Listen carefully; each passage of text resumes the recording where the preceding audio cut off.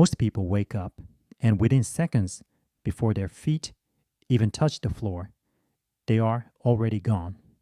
Gone into yesterday, gone into worry, gone into the long list of things that went wrong, or might go wrong, or have not yet been fixed, and the day has not even begun. Here is what very few people know. The first moments of waking, those quiet seconds before the mind fills up, they are not empty time. They are the most powerful time of your day. What you say in those moments, even silently, only in your mind, those words travel into your body like water into dry soil. They shape your breathing. They shape your mood. They shape what you're able to give to the hours ahead. There are 3 sentences. Monks have used them for centuries. Simple sentences, short ones. And the last one. I did not learn it until I was past 70 years old. That is the one I have saved for the end of this conversation, because it is the one that changed the most. Stay with me. By the time we reach the end of this video, you will have all 3. You will know exactly what they are. You will know when to say them and how and why each one does what it does inside you. You will be able to begin tomorrow morning differently than you began today. That is my promise to you. And the third sentence, the one I carried through illness, through loss, through the long quiet of old age, I have kept it for the end, not to make you wait for nothing, but because some things must be arrived at slowly, like a mountain path. You do not see the view until you have walked a little while. I am Master Ming. I am 86 years old, and I have been studying the quiet arts of health and inner peace for most of those years. If these words feel helpful to you, I invite you to walk this path with me. There is a subscribe button here, and I would be glad of your company. Let me tell you about a man I knew many decades ago. He came to the monastery where I was studying. He was not young in years, perhaps 45, 46. But I call him young because of how he suffered. Every morning, he told me, he woke up with a stone in his chest. Not a sickness of the body, a sickness of dread. Before he opened his eyes, before he heard a single sound of the morning, the weight was already there. He said to me one afternoon, Master, I do not know how to begin the day. Every morning feels like a problem I have already failed to solve. I sat with him for a long time before I spoke. Then I asked him one question. I said, when you wake, what is the first thing you say to yourself? He thought about this. He said, I suppose I say, here we go again. Here we go again. Do you recognize those words? Maybe not those exact words, but something like them. Something tired. Something that treats the new morning as a continuation of something hard. I told this man, and I tell you now, that the mind believes what it hears first. Not because it is foolish, but because it is listening. It is always listening for direction.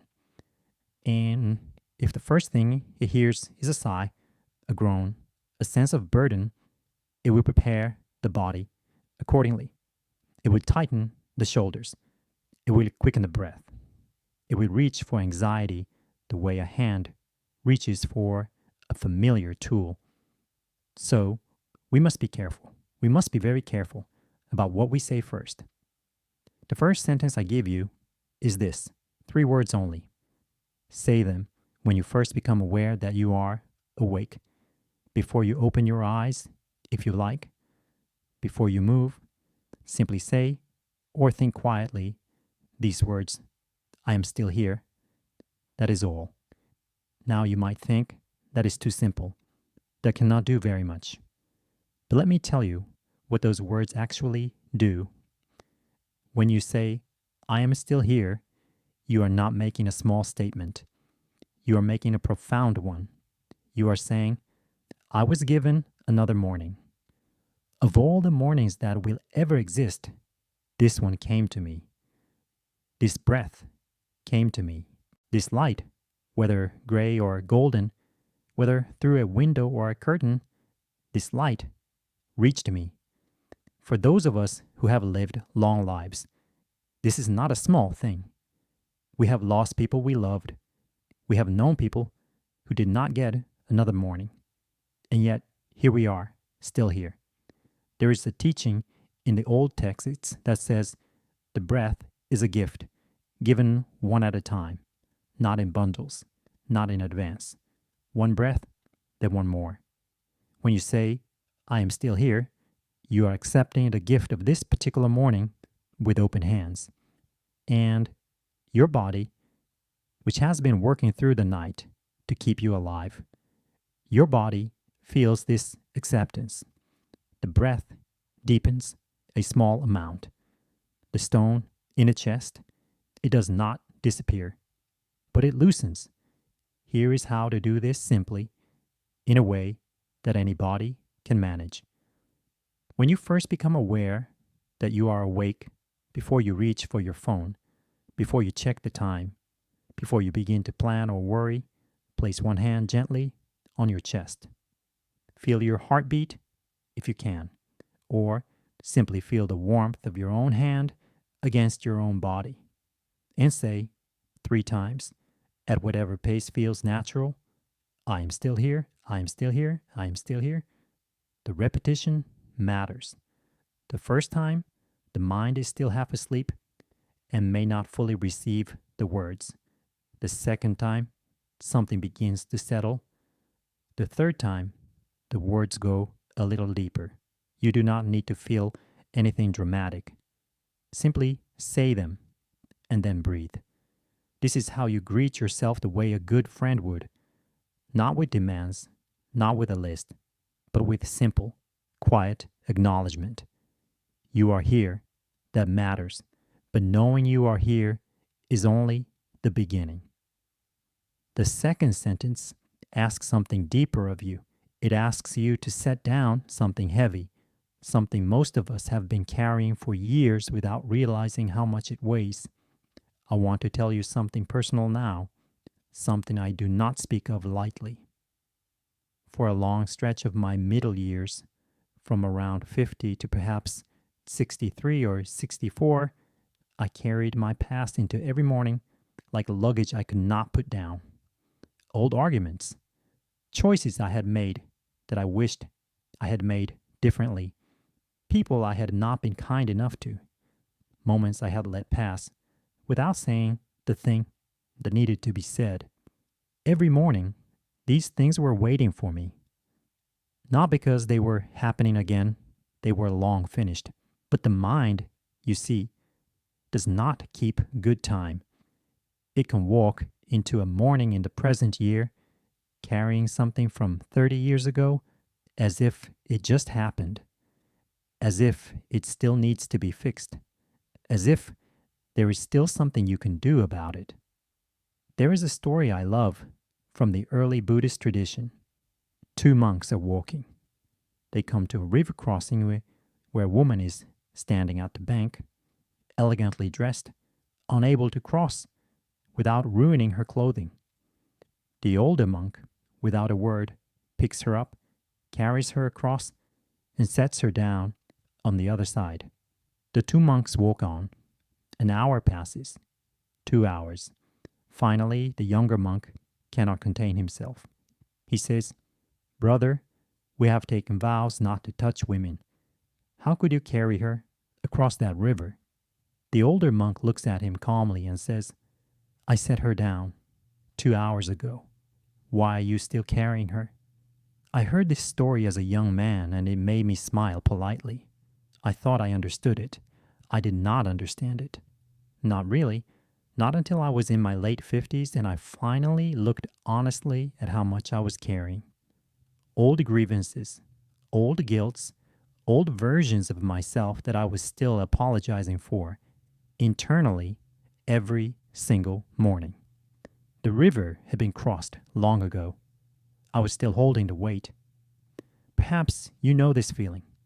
Perhaps you wake some mornings, and before anything real has happened, before the day has brought you anything new, you are already tired, already a little sad, already a little sorry. Not for anything happening now, but for things long past. This is what the second sentence is for. It does not erase the past. Nothing can do that, and I would not promise you otherwise. But it creates something precious, a separation, a small, clean space between yesterday and today. In Buddhist understanding, each morning is genuinely new, not just in a poetic way, but in a real way. The monk Thich Nhat Hanh, whose teachings I have returned to many times in my long years, he used to speak of the nature of water, how a river is never the same river twice. The water flowing past you right now is not the water that was there a moment ago. It has moved on. New water has come, and yet we stand at the bank and think we are looking at the same river. We think yesterday is still here. It is not. It has flowed on. Today is new water. The second sentence is this: today I begin again. When you say these words, you are not pretending the past did not happen. You are not performing cheerfulness. You are not lying to yourself.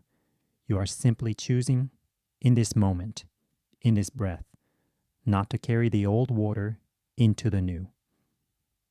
Here is how to bring this into your morning. After you have said your first sentence, take your time.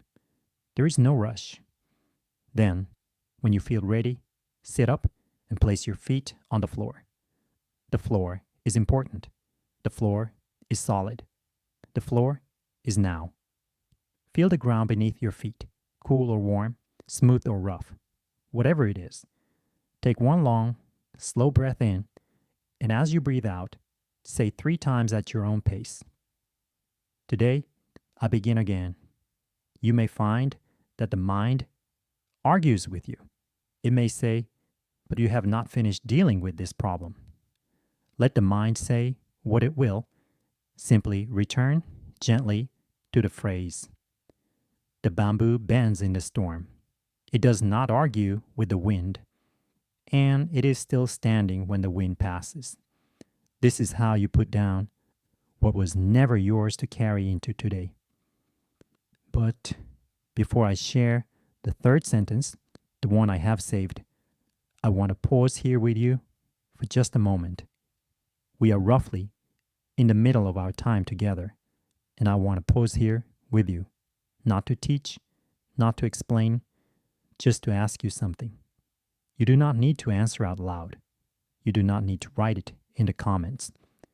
This question is only for you, right now, in whatever room you are sitting in, at whatever hour of the day it is, as you watch this. When did you last wake up and feel, before a single thought arrived, before the mind began its familiar work, that you were enough? Not that everything was perfect, not that your problems were solved or your worries had gone quiet, just that you, yourself, as you were in that moment, were enough, present enough, alive enough, here enough. When was the last time the morning felt like a place you were welcome to enter, rather than a burden you were expected to carry? Take a moment with that question. I will wait. I have asked this of many people over my long years, students, friends, strangers who found their way to my door. And, almost without exception, there is a pause, a long one, because for most of us, the honest answer is not recently, maybe not in years, maybe we are not entirely sure we have ever felt it, not fully, not without something else crowding in beside it. And I want to say to you clearly, that is not weakness. That is not a flaw in your character. That is simply what it means to be human, living in a world that asks a great deal of us. The mind is a busy instrument. It was built over thousands of years of human history to scan for trouble, to remember what hurt us so we might avoid being hurt again, to prepare for difficulty before it arrives. In many ways, this is a gift. It has kept us safe. It has kept us alive. But a mind that never rests from this work, that carries its vigilance into the first breath of every morning, that mind is exhausted. And the morning, which was meant to be a doorway into something new, begins to feel instead like a wall. The two sentences we have already spoken about, they are a start.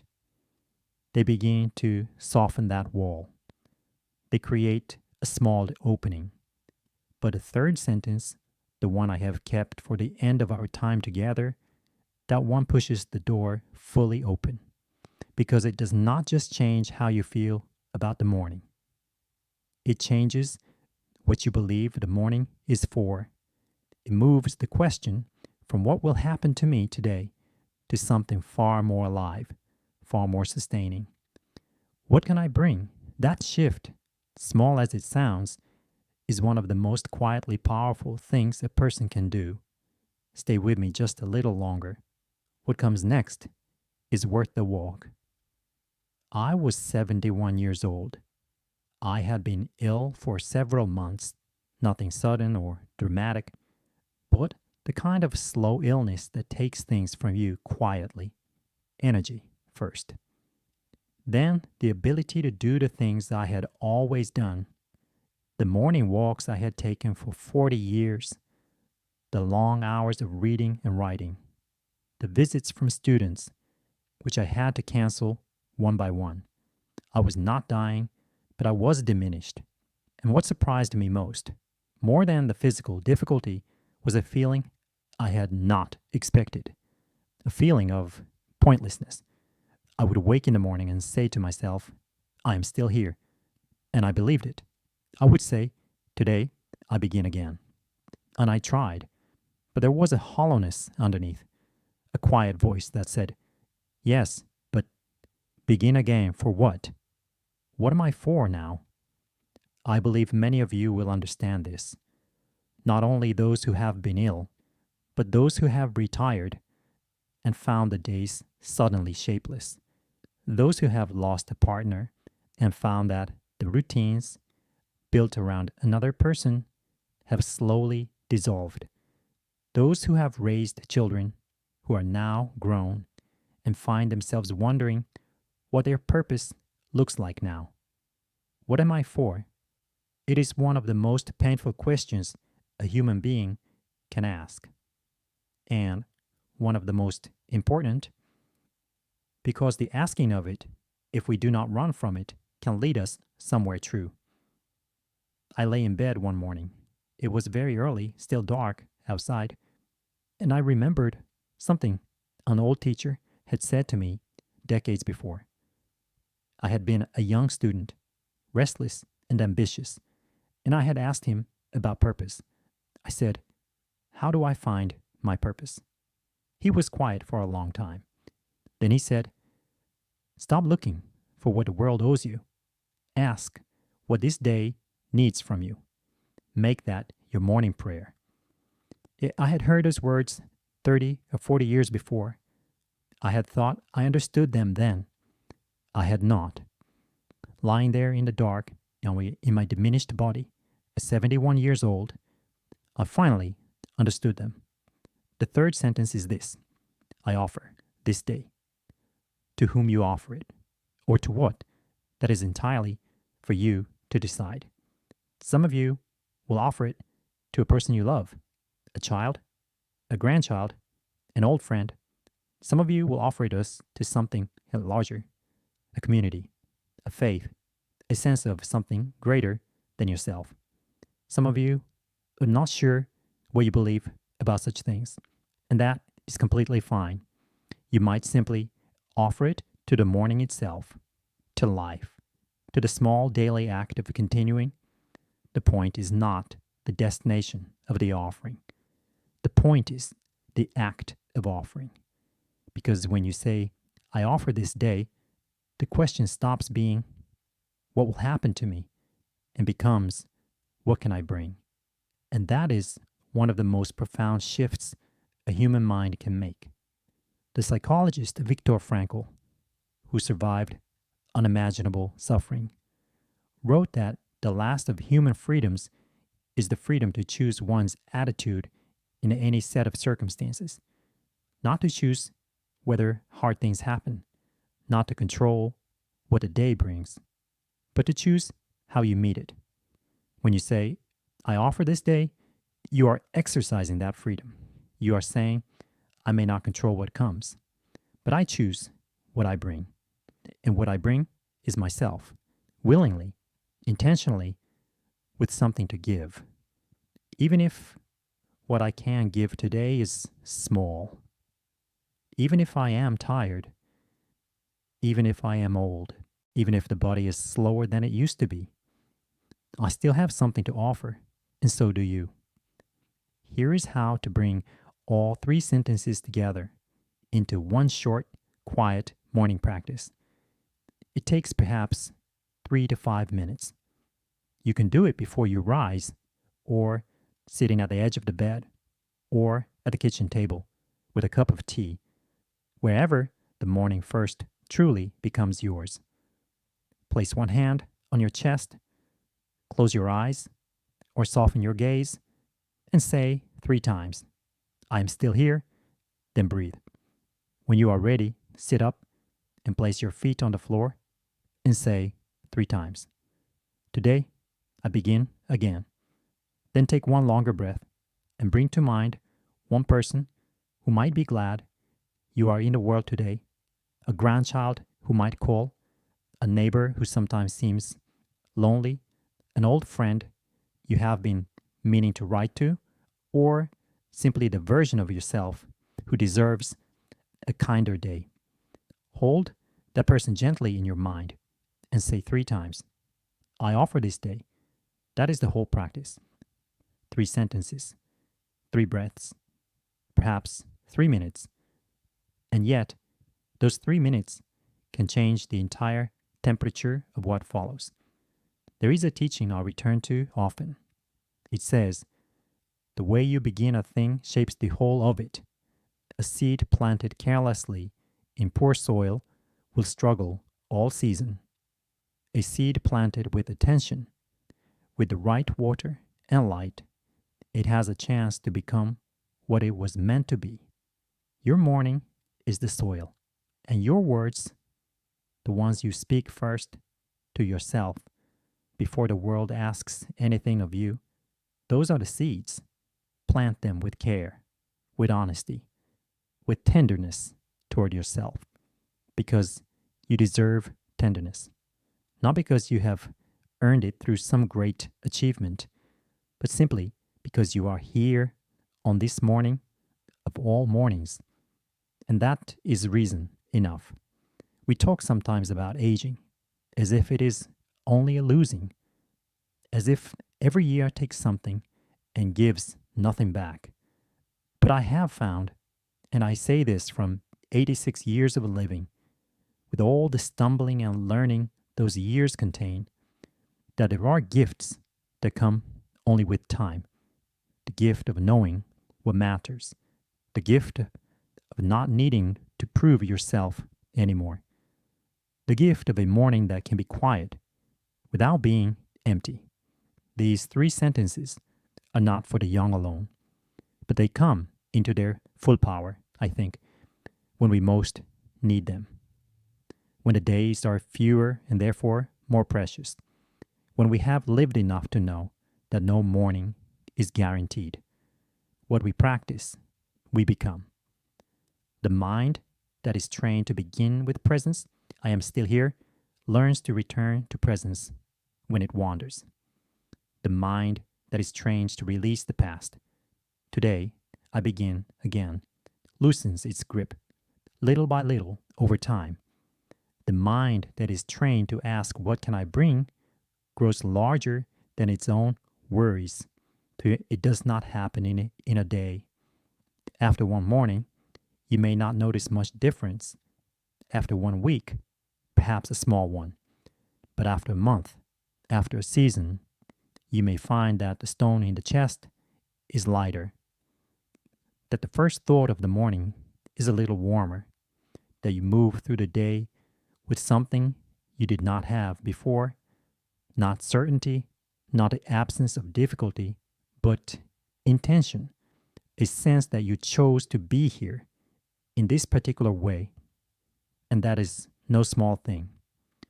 At 86 years old, I can tell you honestly, the mornings are different than they used to be. The body wakes more slowly. There is more that aches. There's more that I cannot do. But the morning itself, the first quiet minutes of it, those feel like mine in a way they did not when I was younger and rushing. I am still here. Today, I begin again. I offer this day, I say these words every morning, even on the difficult ones, especially on the difficult ones. They are not a solution to everything, but they are a beginning. And a beginning, my friend, is all any morning asks of us. May you wake tomorrow with a little more ease. May the first breath of the morning feel like welcome. May you find, in those quiet first minutes, a small and steady peace, the kind that does not depend on everything going well, but simply on you being willing to begin. That is my wish for you. Go gently. I would love to hear from you. Tell me in the comments below. Which of these 3 sentences speaks to you most? Is it the first, I'm still here, the simple reminder of what a gift it is to have another day? Is it the second, today I begin again, that permission to put down what yesterday left behind? Or is it the third, I offer this day, that quiet turning outward, that choosing of intention? Tell me. I'd read these words, and your words matter to me. If you would like to continue walking this path, I would be glad of your company. There is the subscribe button here, and every week I bring a new conversation just like this one. Next time, I want to speak with you about the last hour before sleep, the things that happen in that hour that most people do not realize, and why it may matter more than almost anything else for how the body heals and how the mind rests and how you feel when the morning comes. I think you will want to hear it. Until then, my friend, walk slowly, breathe. You are still here, and that is everything.